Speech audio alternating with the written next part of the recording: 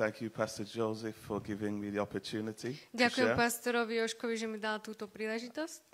I've been given some time to share what God has been doing in my life and A in my dostal wife's som life. príležitosť, aby som sa zdieľala sami o tom, čo Boh robí v mojom živote. But before I start, I would like to give you context to where I am now, where we are now. A predtým, ako začnem, tak by som vám rád dal taký kontext, že kde my dvaja sa v podstate momentálne teraz So nachádzame. in 2024, we felt like Joseph. V roku 2024 sme sa cítili The, ako Bi- Jozef. the Bible says in Genesis chapter 37 V Biblii sa píše v Genesis 37, Yeah. 37, that Joseph had a dream že Jozef mal sen and his brothers hated him. a jeho bratia ho nenávideli. Praise God. Hallelujah. Sláva Pánu. And, you know, God had given us a vision. Viete, Boh nám dal víziu And as we were pushing for this vision to work, a ako sme pracovali k tomu, aby táto vízia it pracovala. seemed like all hell was coming against us. A cítili sme sa tak, ako celé peklo išlo proti nám. For some of you who don't understand the word when I say a dream, A keď poviem toto slovo sen a niektorí I'm nerozumiete tomu, čo talking to je, about a vision that God gave to us. hovorím o tom, že je to vízia, ktorú nám Boh dal. He didn't give it to us because we're special, Nedal nám Boh túto víziu preto, lebo by sme boli nejaký zvláštny but alebo God iný, gives everybody a vision, ale Boh dáva každému víziu a plan for their lives, a plán do ich životov. a reason why you do things. Dôvod, prečo robíme So veci. there's a reason why you're a part of this church. A je tu dôvod, prečo ste aj vy súčasťou tejto There's a cirkvi. reason why you connected to this church. A je tu aj dôvod, prečo ste tak spojení. There's a reason why you're coming every single week. Je tu dôvod, prečo sem chodíte každý Because there's týždeň. something in your spirit that connects you to this place. Pretože je niečo v tvojom duchu, čo ťa spojilo s týmto miestom. And some of you are not intentional about the things that you do. A niektorí ste možno není tak zámerne nejaké But veci nerobíte zo those zámeru. who recognize the vision from Ale God tí, ktorí rozpoznajú víziu od Boha, will always be intentional about the things that they're doing. vždy budú robiť veci s nejakým So zámerom. what is a vision? Čo je vízia? A vision is when God gives you a picture of your future. Vízia je to, keď ti Boh dá obraz o tvojej budúcnosti. I remember many years ago I went to the cinema A pamätám si mnoho rokov When I dozadu, was keď younger, som išiel do kina, keď som bol mladší, with my best friend, s mojim najlepším priateľom. and we were sitting there A sedeli sme tam and we were waiting for the film to start. a čakali sme na film, kedy začne. And before the film started, A predtým, ako ten film they začal, showed you little bits of different films. ukážu vám tie ukážky z tých rôznych filmov. It's called the trailer. A sa to nazýva ten thriller, And they tá show you the ukážka. best parts. A ukážu vám tú najlepšiu časť tej ukážky. And when I was looking at the trailer with my friend, A keď som sa pozeral na túto ukážku toho filmu s mojim I priateľom, was like, I want to watch this a one. ja som sa hovoril, že ja chcem pozerať want to tento watch this film, one. ja chcem toto pozerať. Why? Because they were showing you the best parts. Prečo? Pretože tam vám ukázali tú najlepšiu časť. And this is like the vision what God gives you. A toto je ako tá vízia, ktorú vám Boh dáva. He always gives you little pieces of the great things that he wants to do A in your life. on vám ukáže tak ten maličký obraz toho, čo chce on urobiť. God gave Joseph a vision. Boh dal Jozefovi This víziu. vision was bigger than him. A jeho vízia bola It väčšia was ako bigger on. than his character. Väčšia ako jeho charakter. And when Joseph had this vision, A keď Jozef mal túto víziu, now things came against the vision. potom veci prišli proti nemu. The first one was his brothers. Prvá vec bola jeho bratia. Then it was and they sold him Oni to ho be a predali, slave. aby bol otrok. You know, he was separated from his family. Bol oddelený od jeho rodiny You know, he went through a difficult time. a prešiel si ťažkým He was časom. living with strangers. A žil s takými zvláštnymi ľuďmi. But the Bible says God was with him. Ale Biblia hovorí, že Boh bol s And in ním. that process, God was developing his character. A v tomto procese Boh tak objavoval jeho charakter. Alebo So Joseph went through so many things until God brought him that dream to pass. A Jozef si musel prejsť mnohými vecami, kým sa naplnil ten sen. So this month, God has been speaking to us. Tento mesiac Boh ku nám hovorí And he says, write down the plan. Povedal nám, že napíšte si plány. Write down the 5-year plan. Napíšte si 5-ročný plán. It doesn't have to be big, Nemusí byť veľký, but it's about what God has placed in our hearts. ale je to o tom, že čo Boh položil do našich srdc. So we sat down Tak sme si and we sadli began to write things down, a what we začali sme wanted to si see. písať veci, ktoré sme chceli We've vidieť. just moved to Novi Zamki. My sme sa presťahovali do Nových We have a Zámkov a house that Bešanov. needs renovating, Máme dom, ktorý potrebuje and we prerobiť just didn't know where to start. a my sme nevedeli, kde We had začať. so many different ideas. Mali sme mnoho nápadov, aj máme. One week we wanted a brown kitchen. Jeden týždeň sme chceli úplne novú The next kuchyňu one we wanted a white a kitchen. potom sme si povedali, že chceme bielu kuchyňu. So we were just changing our plans. We just didn't know. Menili sme to, lebo sme And when proste we went on nevedeli. the internet, we had so many inspirations. Potom sme išli na internet a tam sme videli mnoho How we wanted the inšpirácií, garden to be. ako chceme, aby naša And záhrada we vyzerala. wanted the tree here. Potom sme najprv chceli Then we strom wanted a tam, fence there. potom tam plot And it was changing. a potom sa to And we were menilo. not going nowhere. A nikam sme nešli, nikam sme So sa God nepohli. told us, write the plan down. A Boh nám povedal, napíšte si Write the to. vision down. Zapíšte si tú So we víziu. began to write down what we wanted, Tak sme si to začali písať, čo our chceme. personal goals, Naše osobné plány. what we believe God wants to do in our Za lives. čo veríme, že čo Boh urobí v And našich životoch. as we began to write these things down, A ako sme si zapisovali tieto veci, within 1 week, za jeden týždeň things started to change. veci sa začali meniť. Personally, with our goals, Aj osobne naše the plány. things that were frustrating the vision, Veci, ktoré frustrovali našu víziu. all of those things began to move out of the way. Všetky tieto veci tak ustupovali. And now we started decorating the kitchen. A teraz sme začali akože obnovovať tú kuchyňu.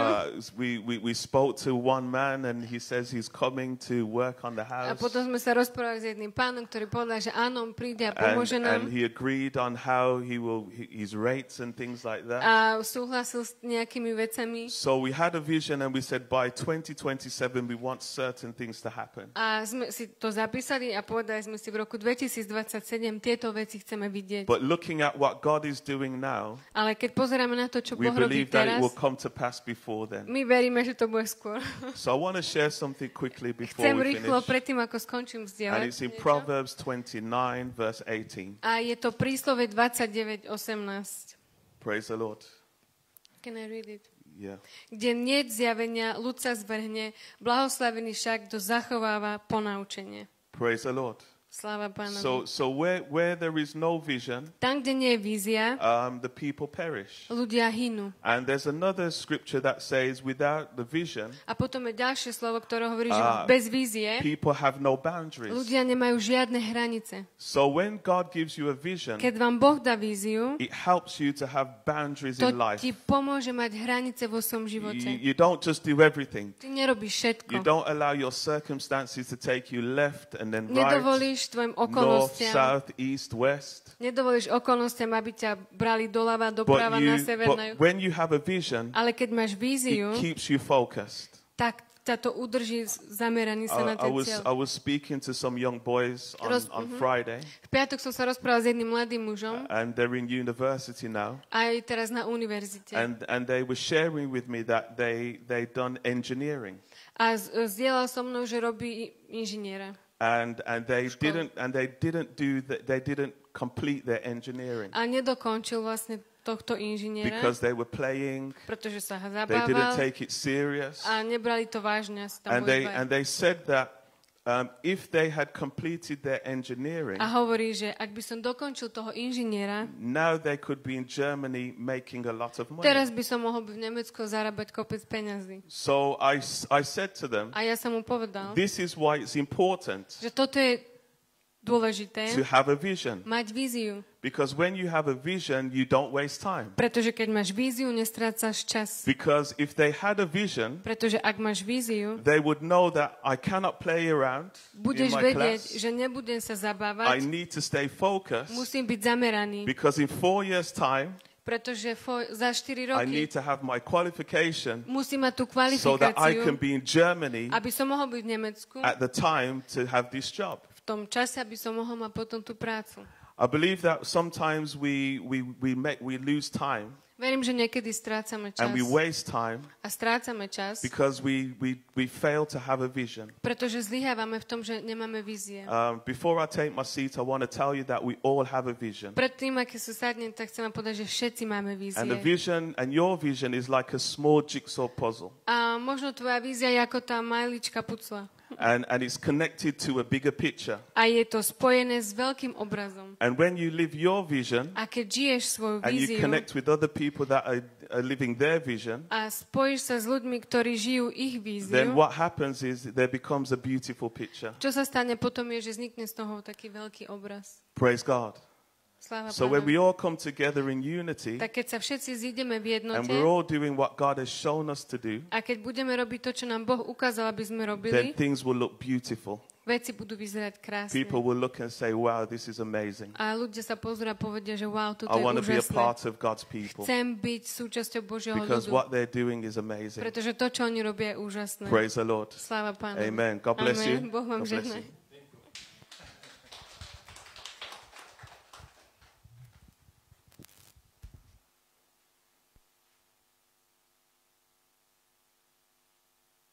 Leon, Karolina, ďakujeme za slovo.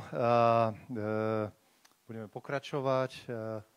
Minule som hovoril o manželstve, o rodine, ale dneska by som chcel inú tému otvoriť a chcel by som hovoriť o tom, prečo je Izrael dôležitý a prečo je dôležitý Jeruzalém, ako to súvisí aj s tými časmi, ktoré teraz žijeme. Lebo naozaj je veľa zmien spoločnosti, ktoré prebiehajú. Povedz, som pripravený. Dneska budem počuť pravdu. Dneska sa ma dotkne Božie slovo.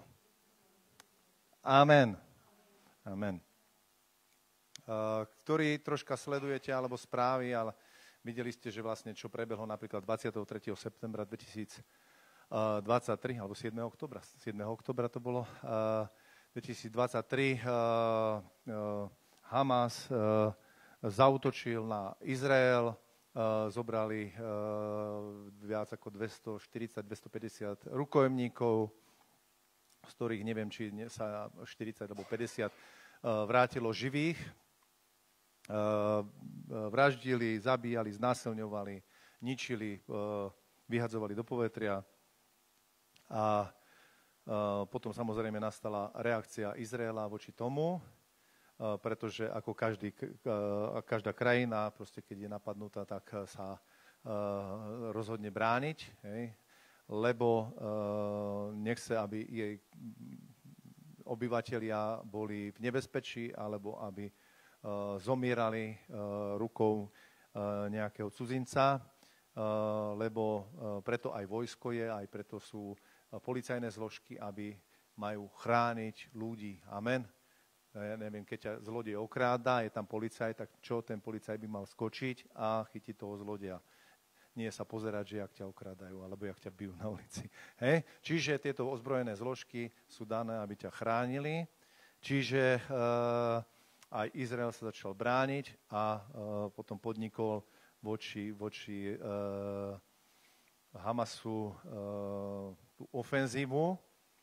A viete, nedávno vyplávali na povrch tie čísla, ktoré dávali všeobecne do popredia, a že 63 000 ľudí zomrelo tam v Gaze a v okolí, v tom pásme, a 57 000 z toho bolo členov Hamasu, bojovníkov Hamasu. Čiže v mestskej časti hovorili, že to je až neuveriteľné, že len 6 000 bolo vedľajších obetí toho konfliktu. Aj keď samozrejme nám, ako ľudí, ktorí milujeme život, aj každý život je veľmi cenný, ale žiaľ, niektorí ľudia majú v sebe toľko nenávisti, že on buď ho premôžeš, buď ho porazíš, alebo on ťa zabije. Hej? Čiže oni majú také myslenie, že keď čím viac ľudí zabije, tak myslím tí bojovníci Hamasu, tak tým lepšie robia. Ale vieme, že toto není len nejaký politický boj, alebo nejaký boj človeka voči človeku, alebo národa voči národu, ale že sú tam veľmi také duchovné sily, ktoré sú v pozadí všetkého toho. Prečo je to tak? Lebo Izrael a Jeruzalém si vyvolil Boh. A tento týždeň som sa rozprával s pastorom Izraelom Poštárom a on je pastorom v Aždote, čo je čas blízko Gazy, asi 30 kilometrov od Gazy. A má tam niekoľko stočlenný zbor, neviem, možno okolo 1000 ľudí, chodí tam k nemu. A moja angličtina je fantastická, ale ja som sa rozprával s ním po rusky, hej. Lebo keď som bol na základnej, tak 9 rokov som sa učil ruštinu. Takže vďaka tomu sme sa vedeli porozprávať, ale už vyznávam, že zlepšujem sa v angličtine a že na budúce možno aj v angličtine sa s ním porozprávam. Pracuje sa na tom. Amen. Halelúja. Čiže a rozprával nám tento pastor, že tento rok bolo vydaných v OSN niekoľko desiatok až stoviek rezolúcií voči tým krajinám, ktoré porušujú ľudské práva. Kto si myslíte, že mal najviac? Rusko, nie? Proti Rusku, že bolo okolo 26 rezolúcií. Potom bol Irán. Tam niekoľko tisíc vlastných občanov popravujú, pretože sú politicky nekorektní alebo nie sú nevovyho. Sudan. Viete, že v Sudáne zomrelo 150 000, v poslednom čase 150 000 ľudí. V správach takmer o tom nevieš. Proti Iránu asi 10 rezolúcií, proti Sudánu 8, proti niektorým ďalším krajinám 4-5 rezolúcií. Proti Izraelu bolo tento rok vydaných 175 rezolúcií. A hovorí, taká malá bodka na mape. A celý svet na to díva a mnohí chcú zničiť túto malú zem, ktorá je na púšti a mnohí ich nenávidia. Ale viete čo? Tam je napísané, že Boh vložil niečo do nich. Viete, že Boh, keď robil zmluvu s Abrahamom, Abraham sa volal predtým Abram. A viete, že keď je zmluva, tak v starej zmluve si dávali ešte aj meno si menili počas tej zmluvy. Takže Boh robil zmluvu a dal Abrahamovi meno Abraham. To Ám znamená ako otec národov. Ám znamená národy. A Boh prijal od Abrahama tiež. Zmenilo sa Božie meno? Ako sa zmenilo Božie meno? Viete? Boh, ako jeho meno sa zmenilo.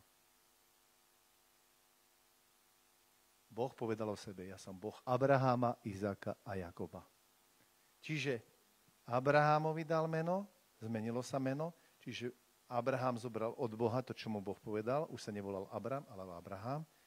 A Boh zobral od Abrahama a povedal, ja som Boh Abrahama. To je niečo, čo nevidíme v celej Biblii, že by Boh takto jednal, že by urobil takúto zmluvu a zobral a nazval sa menom nejakého človeka, ale pri Abrahamovi, Izákovi, Jakobovi toto vidíme. Je to špeciálna Božia vôľa. Boh si vyvolil Jeruzalém, Boh si vyvolil Izrael a je to jeho miesto. A ľudia sa búria voči tomu, nenávisní ľudia ich chcú zničiť, ale Boh povedal, viete, že keď ich vysťahovali v roku 70, lebo ich rímske vojsko porazilo.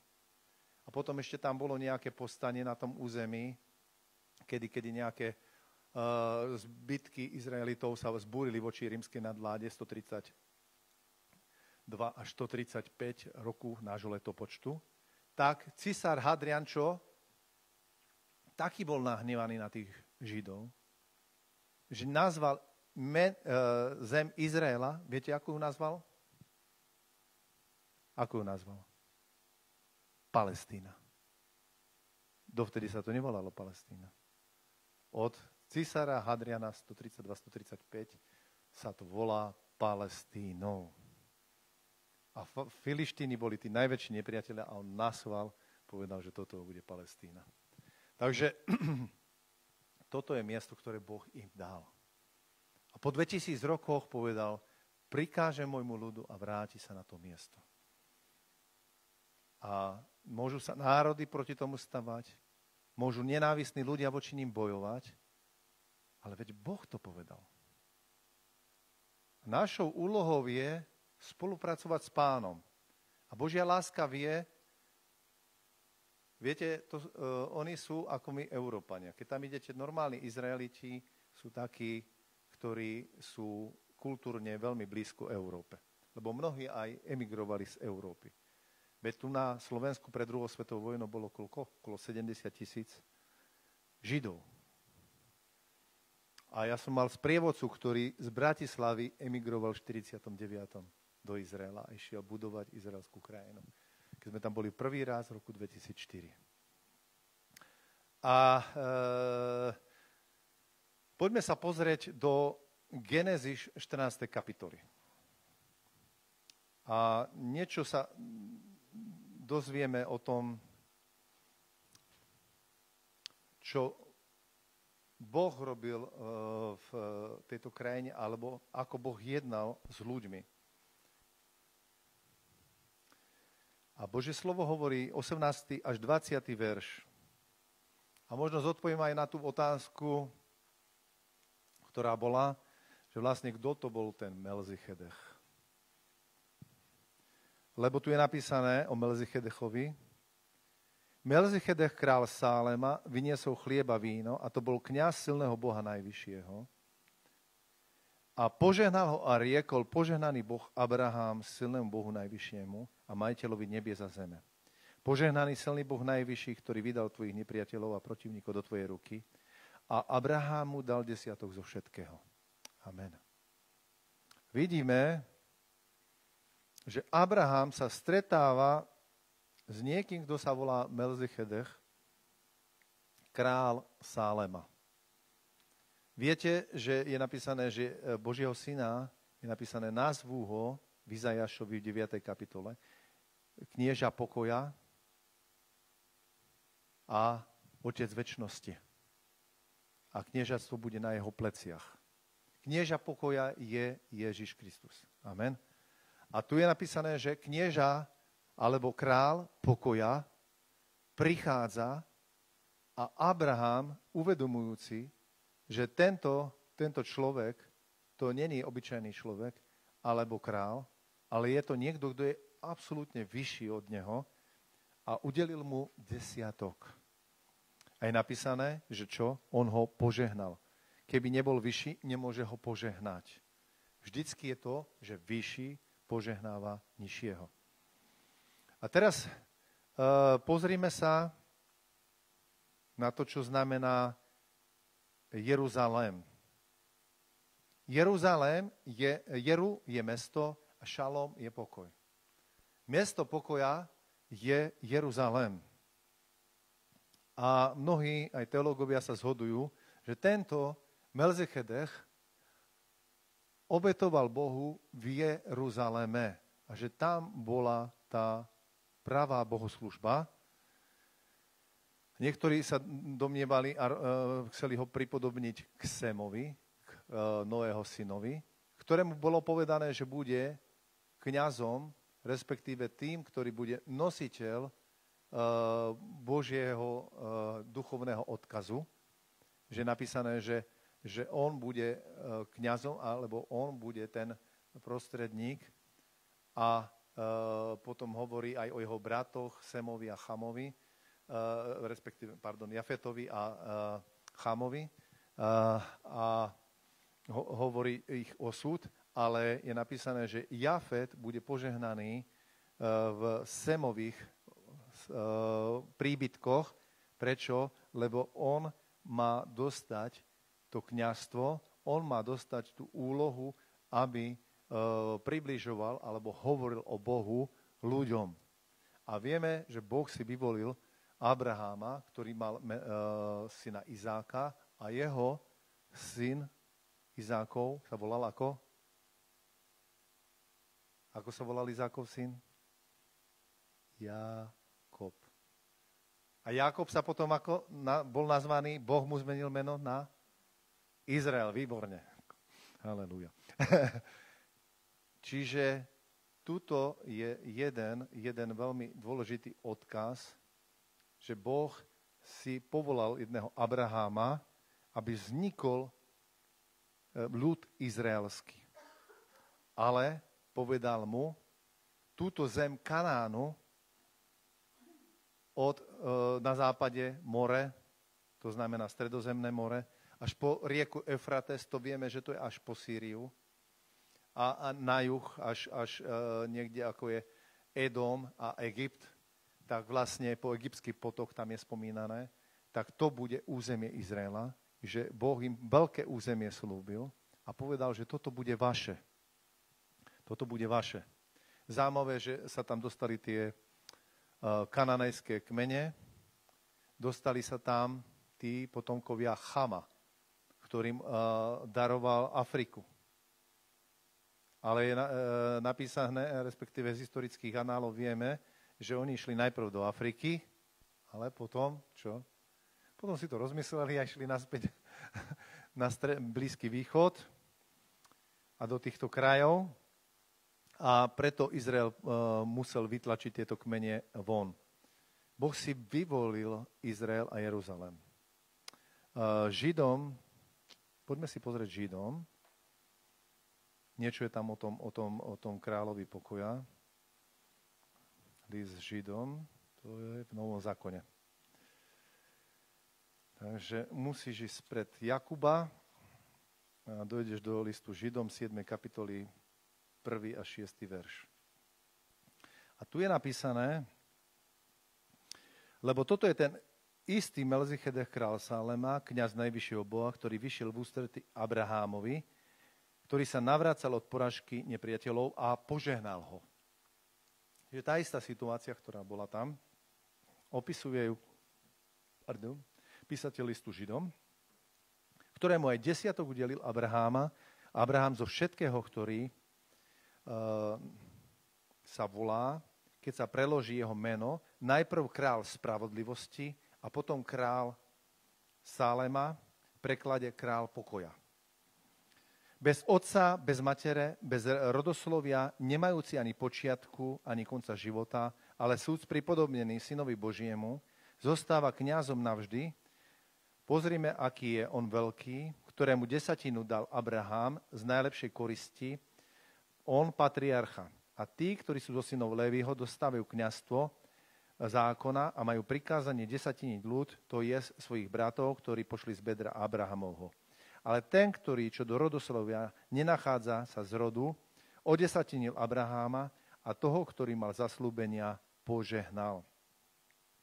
Takže vidíme tu, že tu je jedno veľké zjavenie, že Abraham sa stretáva s veľkou pravdepodobnosťou s samotným Božím synom, ktorý ho požehnáva a povoláva ho k veľkým Božím veciam.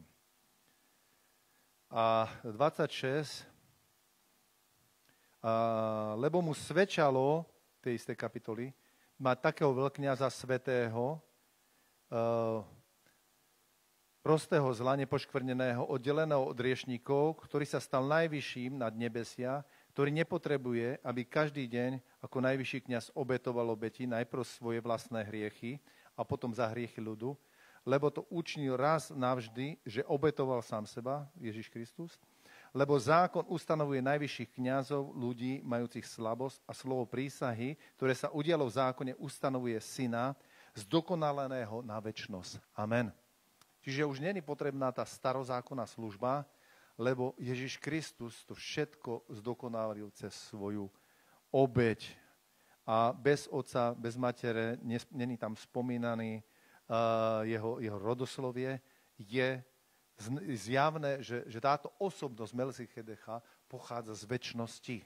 Amen. Že to není bežná ľudská bytosť, ale je to niekto, kto má právo žehnať, kto má právo byť tým prostredníkom. A je napísané, že Pán Ježiš Kristus je prostredníkom medzi Bohom a aj medzi ľuďmi na slavu Božiu. Amen. Čiže aj Abraham je napísané, že videl môj deň a radoval sa. A to je Matúš, 8. kapitola a 58. verš.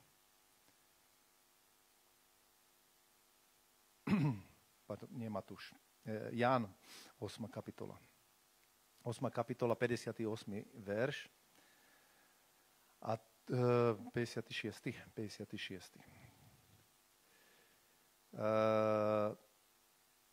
Abraham však váš otec splesal a videl môj deň a videl a radoval sa. Haleluja. Abraham videl deň, keď bol ukrižovaný Kristus. O tom dni sa rozpráva.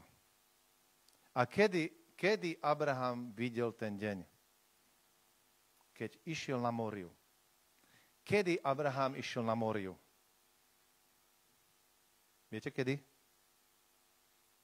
Kedy išiel Abraham na Moriu? Obetovať Izáka. Moria je miesto, kde stál čo? Chrám. Amen. Čiže Boh si vyvolil jedno špeciálne miesto, vyvolil si Jeruzalém a povedal, na mori bude stáť chrám. A ako to vieme? Lebo Dávid, keď urobil hriech s Betšebou, myslím, to je 2. Samuelova, 11. kapitola, keď zrešil tou Betšebou, tak, počkaj, to nebolo zrešil. To, keď spočítal ten ľud, to je už ku koncu, a tam je napísané, že hubil anjel pomsty, lebo urobil v pýche niečo, čo nemal urobiť. A keď spočítal ten ľud, bylo ho srdce a začala morová nákaza sa diať. Čiže hriech spôsobuje dokonca choroby a mor a nepriazeň. A Dávid sa modlil a Boh mu ukázal toho anjela, ktorý hubil, s mečom, ako ide. A zastavil sa kde? Na humne koho? Ornána Jebuzejského. Povedz, zastavil sa na humne Ornána Jebuzejského. Viete, Jebuzíti boli tí, ktorí kedysi okupovali Jeruzalém. A on tam mal pozemok a toto humno sa inak nazýva ako Moria, výborne. Musíme pochopiť, že Boh si vybral toto miesto. Ale keď ideš na to miesto dnes,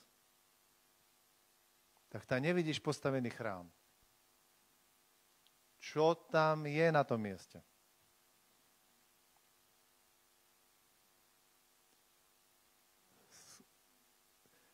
Tu je chrámová plošina a čo tam je? Mešita Al-Aqsa a skalný dom s takou zlatou kupolou. A tam je miesto, niektorí veria, že tam je kameň v útrobách, na ktorom Abraham išiel obetovať Izáka. Tam je miesto, boli sme spolu na Chrámovej hore? Boli sme tam?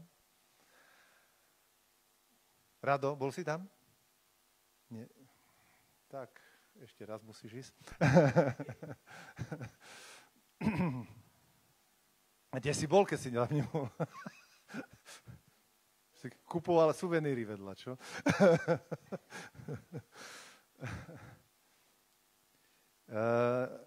Diabol úmyselne sa snaží kaziť tie miesta, kde Boh sa rozhodol, že bude niečo sveté. A Boh tam dal, aby tam bol postavený chrám. Kto tam postavil chrám? Šalamún. Kto to chcel postaviť? Dávid.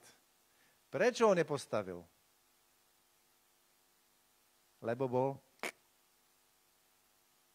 veľký bojovník, veľa krvi. Ty si, Boh mu hovorí, ty si veľa krvi prelial. Postaví to tvoj syn. Asi to bola taká frustrácia, že taký dobrý nápad. Dokonca bol od Boha. Nebol to môj nápad, ale Boh dal do srdca.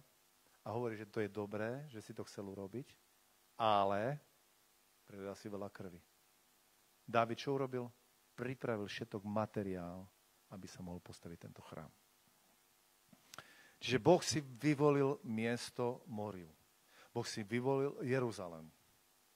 A my musíme ako kresťania pochopiť, že sú určité miesta, že nie všetky cesty vedú do Ríma. Možno niekto povie, všetky cesty vedú do Ríma, ale nie všetky vedú do neba. Amen. Ale je miesto, chod na Svetopeterské námestie, čo tam máš? Čo tam máš na tej dlažbe? Čo tam máš? Horoskop. Svetopeterské námestie.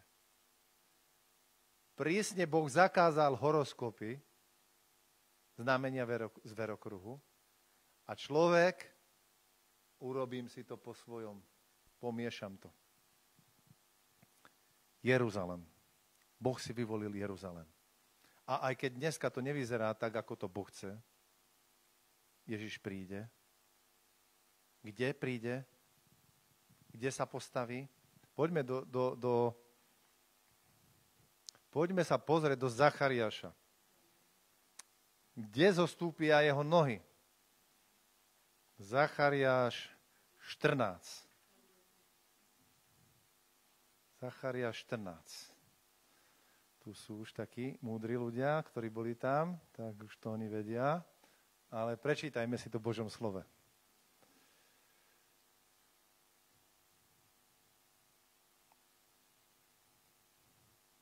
A hľa, od 1. verša 14. kapitoly, prichádza deň Hospodinov, rozdelená bude tvoja korisť v tvojom strede, zhromaždím všetky národy proti Jeruzalému do boja, mesto vzaté, domy budú olúpené, ženy sprznené a polovica mesta vyjde do zajatia, ostatok ľudu nebude vyplienený z mesta. Viete, čo to znamená? Bude druhý holokaust. Niekto povie, že je toto možné? Biblia to hovorí. Že tuto je napísané, mesto bude olúpené, polovica vojde do zajatia. Myslím, že niekde v Danielovi je to napísané, že ľud újde na púšť a tam sa stretne s Kristom. Tam sa stretne so Synom Božím. A tuto je aj v 3. verši napísané, zhromaždím národy, áno, ale Hospodin vyjde a bude bojovať s tým národom. Tu sám Kristus sa postaví a bude bojovať proti tým národom, ktorí budú bojovať proti Izraelu. A to bude tá koalícia Antikrista, ktorá bude bojovať proti Izraelu. Viete, že tam bude 7-ročné obdobie súženia po vytrhnutí cirkvi. A po 3,5 roka je napísané, že Antikrist zruší tú zmluvu s Izraelom, ktorá im umožní postavenie chrámu na hornej plošine. A Antikrist sa postaví do chrámu a on bude hovoriť, kláňajte sa mne. A toto Židia odmietnú. A vtedy nastane veľké zabíjanie a prenasledovanie. A tu je napísané, a jeho nohy, 4. verš, budú stáť na olivovom vrchu. Čiže kde sa postaví Pán, keď príde druhýkrát na zem? Na olivový vrch. A my pôjdeme v jeho pozadí. Na oblákoch prídeme.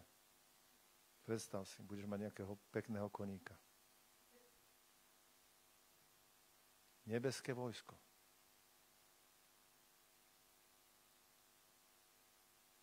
Fakt je to tak. Ty pôjdeš súčasťou nebeského vojska. Ty budeš prichádzať na zem. Božie slovo hovorí, Ježiš bude vládnuť z Jeruzalema a ty budeš jedným z tých, ktorí budú spolu vládnuť s ním nad zemou. Čo je napísané v podobenstvo o hrivnách, alebo v Lukášovi je napísané vládni nad mestami. My budeme vládnuť nad mestami. Takže môžeš pogratulovať doprava, doľava. Gratulujem, pán primátor, pán starosta.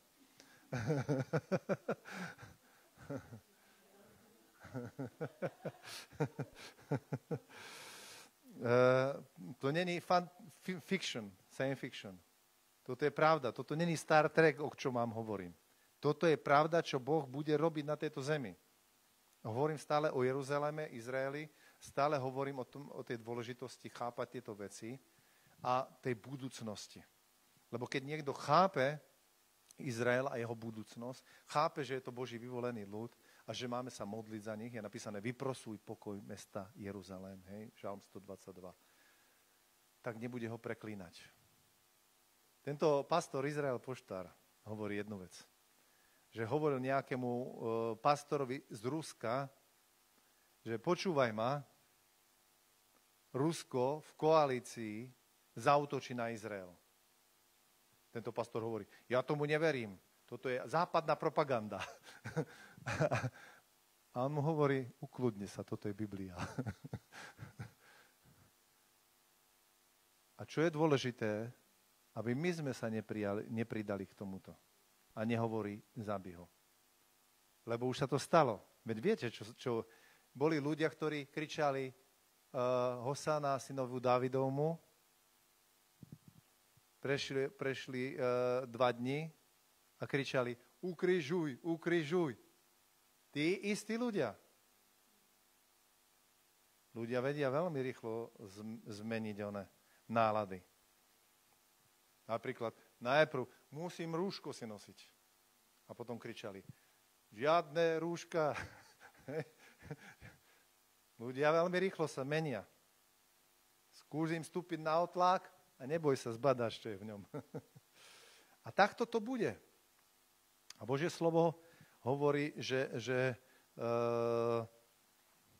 Boží syn sa postaví na olivovom vrchu naproti Jeruzalému od východu. Olivový vrch sa rozdvojí na dve polovice. Jedna ustúpi na východ a druhá na západ. V dolinu veľkú a polovica vrchu, jednu nohu na východ, druhú na západ, a ten vrch sa rozpolí a dá sa jedna časť na sever a druhá na juh. Takže keď si predstavíš, je tam veľká dolina, je tam, keď si to... Nemáme tu obrazok, čo? Takže ja vám to budem ilustrovať. Tuto je vrch Moria, kde bol chrám. Ideš takto dole, nejakých 400 metrov, zídeš, tam je cesta a tam pod zemi niekde čečie Gichon. A potom ideš hore a to je Olivový vrch. 850 nadmorská výška, že je tam prevýšenie možno asi 400 metrov. Ten sa rozdelí takto, napravo, naľavo a do mŕtvého mora začne pritekať z toho Gichonu voda,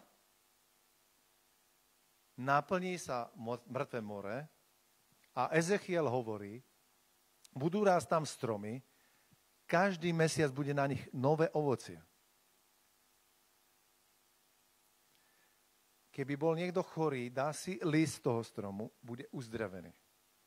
A v mŕtvom mori nie sú ryby a Božie slovo hovorí a budú tam ryby. Čiže toto sa udeje pri druhom príchode. Čiže nastane tam nejaká geologická činnosť. Niekto povie, zemské platne sa budú hýbať v dôsledku toho, že Boží syn zostúpi na to miesto. A 1000 rokov bude panovať Pán. Poďme sa pozrieť ešte však do toho, čo sa deje teraz. A bereme slova Hospodinovho, 12. kapitola toho Zachariáša.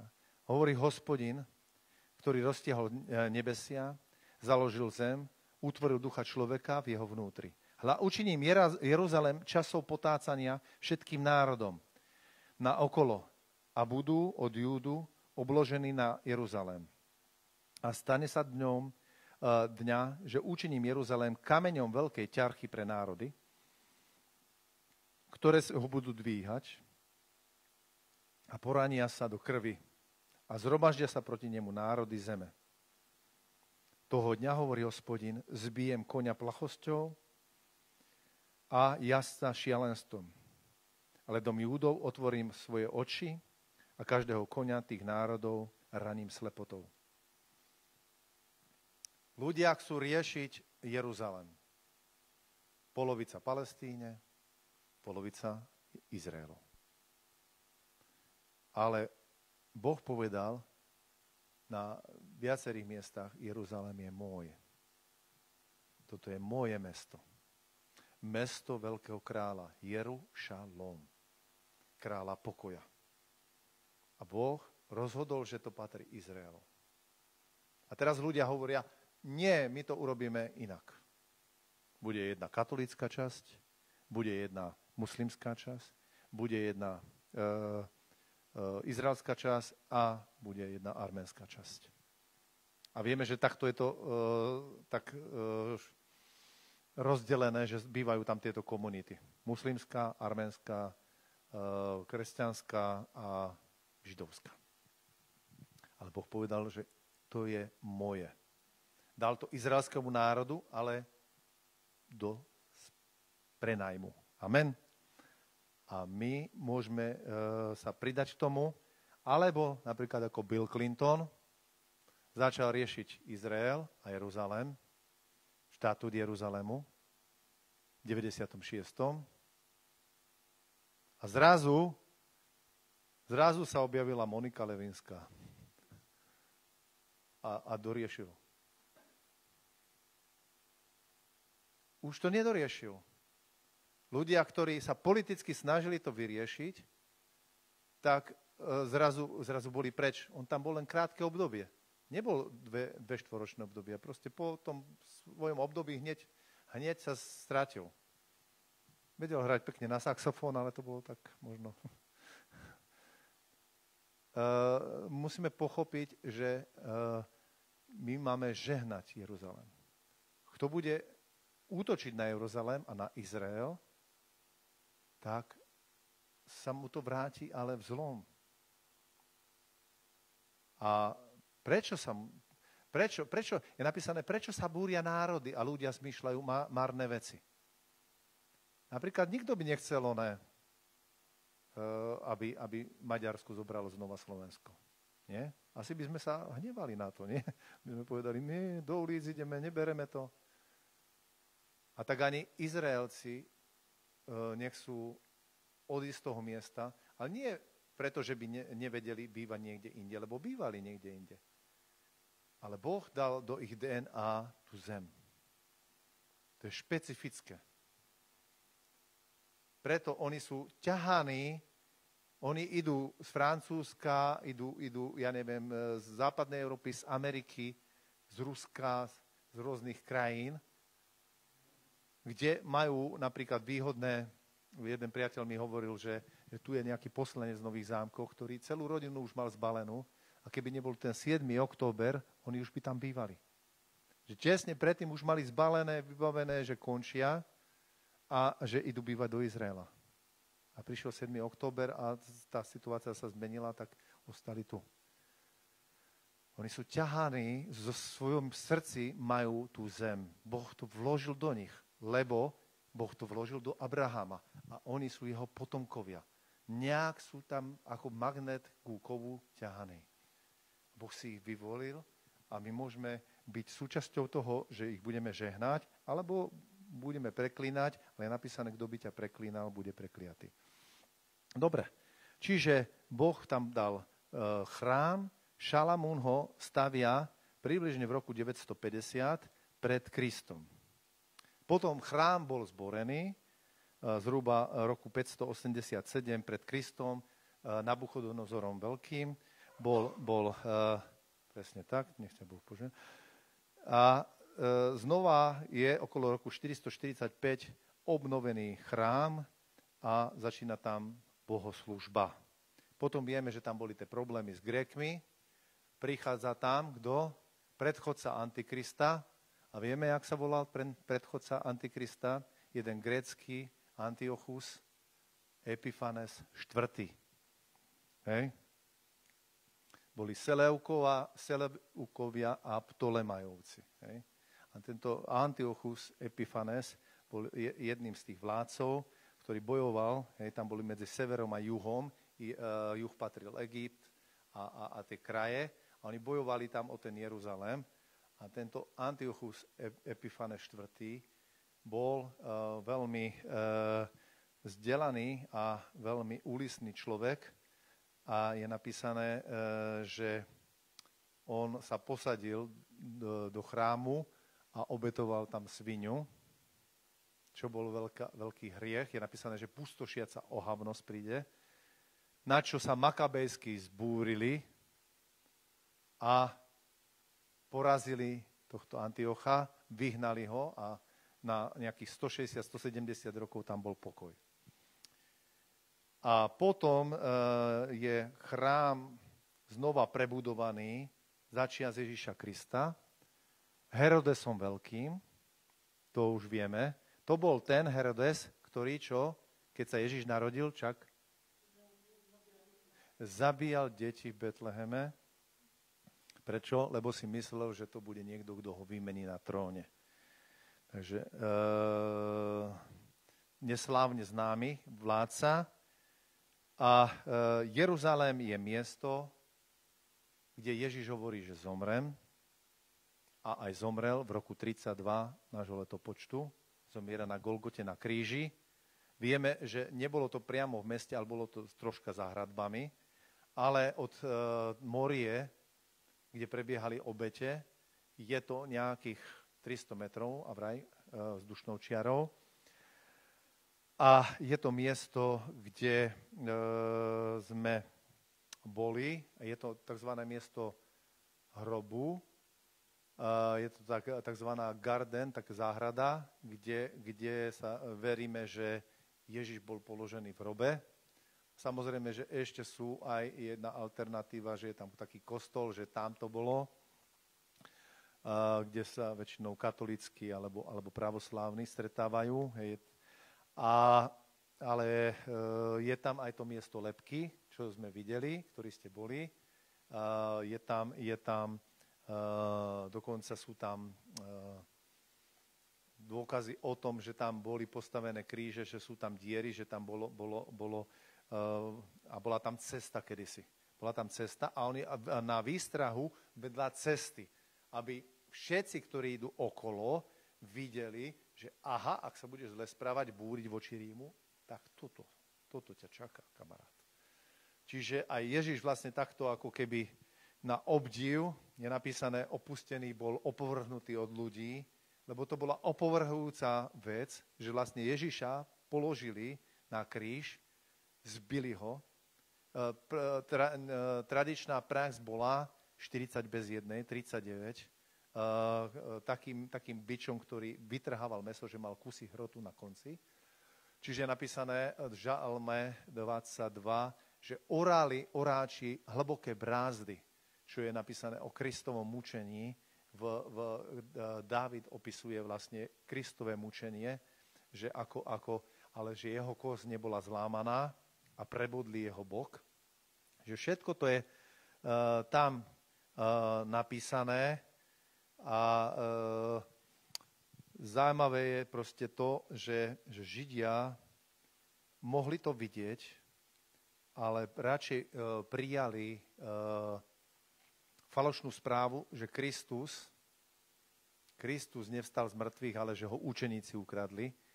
Napriek tomu, že bolo viac ako 500 ľuďom, že sa ukázal v tom čase a že viac ako 500 svedkov ho videlo, rozprávalo s ním, jedlo s ním a že to nebol nejaký preľud.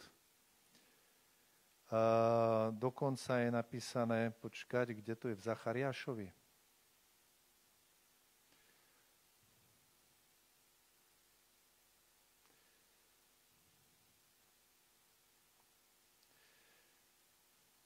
Ja som si to v ľade poznačil.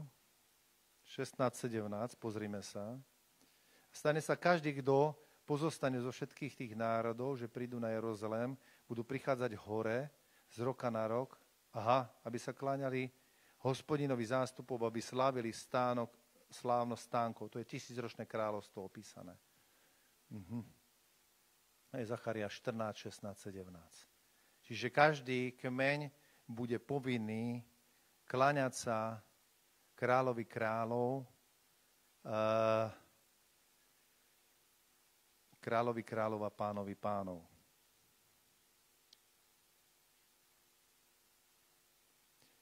Trinácta kapitola je o Kristovi. Zachariáš. Židia si to môžu prečítať. A mali by podľa toho uveriť. Počúvajte, čo tam je napísané. A keď mu niekto povie, aké sú to rany na tvojich rukách, riekne, ranili ma v dome tých, ktorí ma milujú. Meču zobúca na môjho pastiera, na muža môjho druha, hovorí Hospodin, bili pastiera a rozprchli sa ovce. Toto je napísané v Matúšovi 26:31. Potom sa obrátim svoju ruku na malých. Čiže tu je napísané o tom, že vlastne Ježiš bol bitý.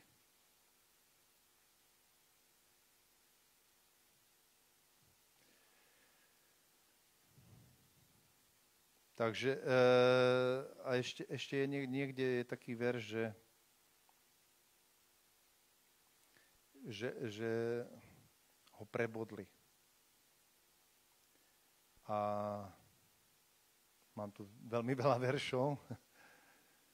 A to ukazuje o tom, že aj Židia môžu uveriť. Lebo je napísané, budú plakať nad tým, ktoré ho prebodli. Hej? V starom zákone, v starej zmluve je to napísané. Pozrime sa na Daniela 12:11, čo tam je napísané. Je tu niečo o Antikristovi, ktorý vlastne bude prenasledovať tých, ktorí veria v Krista. Toho času, keď bude odstranená ustavičná obeť, aby na jej miesto bolo daná pustošiaca ohovnosť, bude 1260 dní. Blahoslavení, kto čaká a dospejú k dňu 1350. To je to obdobie súženia. Sú tam potom ešte Daniel 11:27, 8:23 až 26, 7:19 až 26. Tam je vlastne o tom, že Antikrist urobí najprv zmluvu s nimi, potom ju zruší v polovici a potom ich bude vlastne hubiť. Božie slovo hovorí, že ujdu na púšť a Antikrist voči ním vyšle, že z neho úst vyjde voda, záplava, prívalová vlna. A vtedy je napísané, že zem otvorí svoje ústa a prehltne ju a nedovolí, aby Izraelci boli zmetení tou vlnou. Neviem, ako sa to udeje. Možné je, že to bude niečo duchovné, že to bude nejaký čarodenický zázrak, ale možné je, že preborí nejakú priehradu, aby ich zaplavila na ceste, ale Boh aj v tejto chvíli ich ochráni. Potom pôjdu do Bocry, to je dnešná Petra, budú utekať Izraelci a v Petre sa stretnú, viete, Petra to sú tie veľké skaly a veľké tie domy vybudované v skalách, čo do dneska nechápu, ako to vybudovali. Tam sa skryjú a keď tam prídu, tak sa stretnú s kým? Ježišom Kristom, ktorý bude prichádzať. Keď sa stretnú s Ježišom, je napísané, že budú plakať nad ním, nad tým, ktoré ho prevodli. A toto je ten verš, ktorý som hľadal a neviem, či som si ho zle zaznačil, ale dneska som ho čítal a tam je napísané, že budú plakať nad ním, nad tým, ktoré ho prebodli. A tento okamih sa obrátia a prídu s Kristom do Jeruzalema a potom jeho nohy sa postavia na olivový vrch. Napísané, že národy budú voči nemu bojovať, ale budú porazené pred Ježišom. Lebo vieme, že žiadna atomová zbraň, žiadna raketa dlhého alebo krátkeho doletu, žiadny gulomet, žiadna stíhačka, žiadny bombardér nevie zastaviť Božieho syna, ale viete, keď je človek fanatický, tak si myslí, že to dokáže.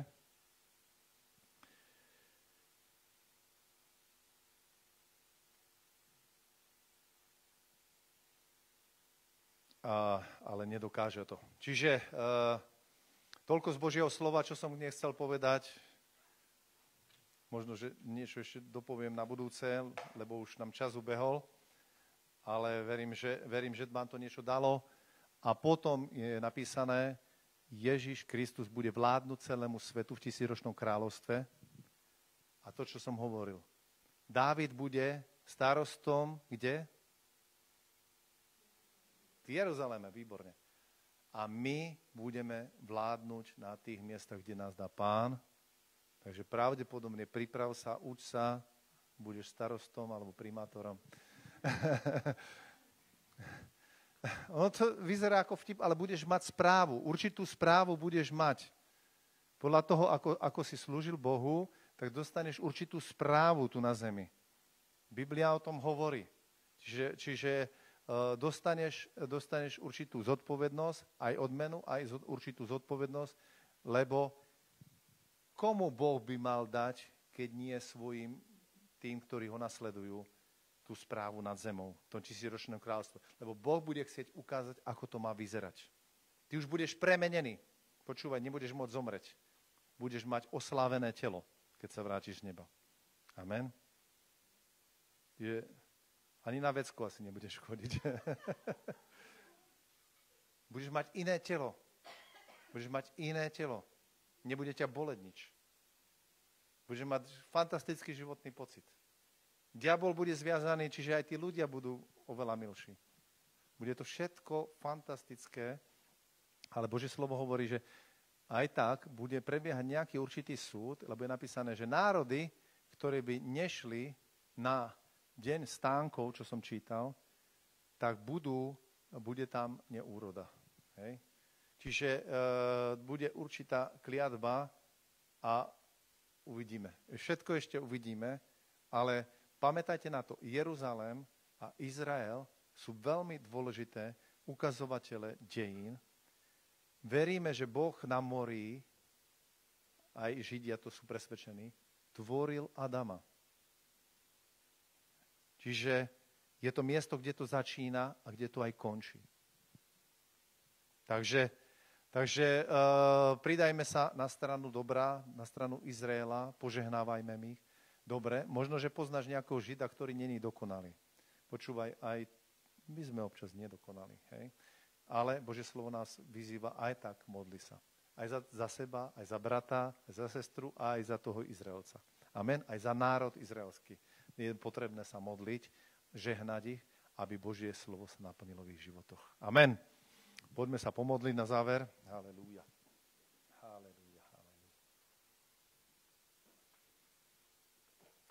Halelúja, povedzme, drahý Oče, ďakujeme Ti, že Ty si dal svoj ľud podľa Abraháma, Izáka, Jakoba, ktorému si dal meno Izrael. A ďakujeme Ti, že nám ukazuješ dôležitosť toho žehnať Izrael a vyprosovať pokoj. A my vyprosujeme pokoj pre tých, ktorí žijú v Izraeli. ktorí sú potomkovia Abrahámovi.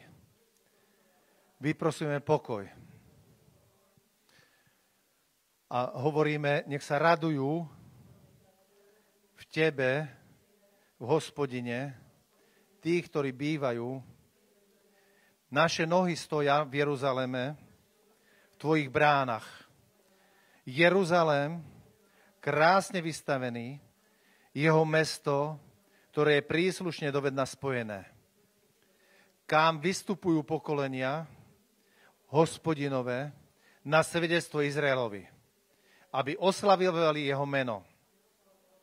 Lebo tam stoja stolice Dávidove. Žiadam Jeruzalému pokoj, hovorte, nech žijú v blahu a v pokoji tí, ktorí ťa milujú. Nech je pokoj medzi tvojimi múrmi a bezpečnosť v tvojich bránach. Už pre tvojich bratov, svojich priateľov budeme hovoriť. Nech vládne pokoj v tebe. Pre dom Hospodinov, našeho Boha, budeme hľadať tvojho dobrého. Ďakujeme ti, Pane, že môžeme toto rozumieť. Ďakujeme ti, Pane, že tvoj príchod je blízko a že keď prídeš, nájdeš nás pripravených. A ďakujeme ti, Pane, aj za tie budúce veky, že ty zachrániš Izrael, že sa obráti ešte na konci časov a že ťa spoznajú. Ochráň, Pane, Izrael, aby tam neboli zbytočné obete, aby tam neboli násilie, aby tam neboli vojny. Prosíme pokoj a požehnaj ich, Pane. Nech sa majú dobre tí, ktorí ťa hľadajú. Prosíme ťa, Pane, za tvoju milosť aj pre našich blízkych, aj pre občanov Slovenska, aby nikto sa nepridal na stranu tých, ktorí útočia na Izrael. Ale ak útočili, nech sa v tom napravia a nech milujú Izrael a nech im prajú pokoj. Ďakujeme ti, Pane, za to. V mene Ježišovom. Amen. Amen. Amen. Ešte slúbil som sestrám, že sa pomodlím. Prosím vás, prídite, tí, ktorí máte nejaký problém.